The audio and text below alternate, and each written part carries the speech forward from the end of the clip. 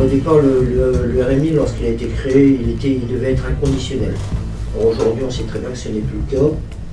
On voit déjà d'une part parce que, comme vous l'avez dit, les moins de 25 ans n'ont pas droit aujourd'hui au RSA, ou alors dans des conditions qui sont, puisqu'il faut prouver plus de 2 ans d'activité actuellement, on sait très bien qu'aujourd'hui, pour pouvoir obtenir un emploi, il faut quand même avoir un certain niveau d'études, et voilà. Deuxième chose, j'ai eu l'occasion de discuter depuis plusieurs semaines sur ce revenu universel d'activité. Les gens ont un peu du mal à comprendre pourquoi on veut fusionner RSA.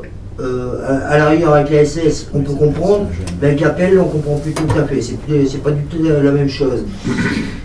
Et encore une fois, lorsque vous nous parlez plusieurs fois d'obtenir un revenu adapté, on n'explique pas à moi que 500 € par mois, c'est un revenu adapté.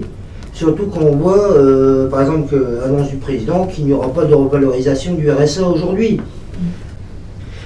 Il y a un moment aussi, on parle de politique de réinsertion d'emploi, on parle de plus en plus, on parle très souvent également de formation et autres.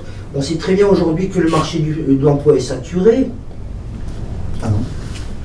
Dans beaucoup de domaines, il est saturé. Je ne pense pas que vous puissiez former une personne qui a 50 ans, qui a travaillé pendant 30 ans, je ne sais pas, un exemple dans la lessive ou dans... Et vous avez demandé, au bout d'un moment, vous avez proposé une formation, je ne sais pas, pour travailler en cuisine ou autre, il ne pourra pas. Il ne pourra pas.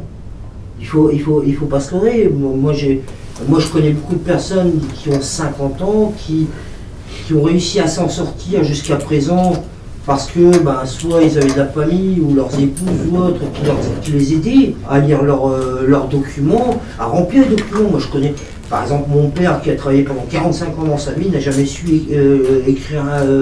remplir un chèque.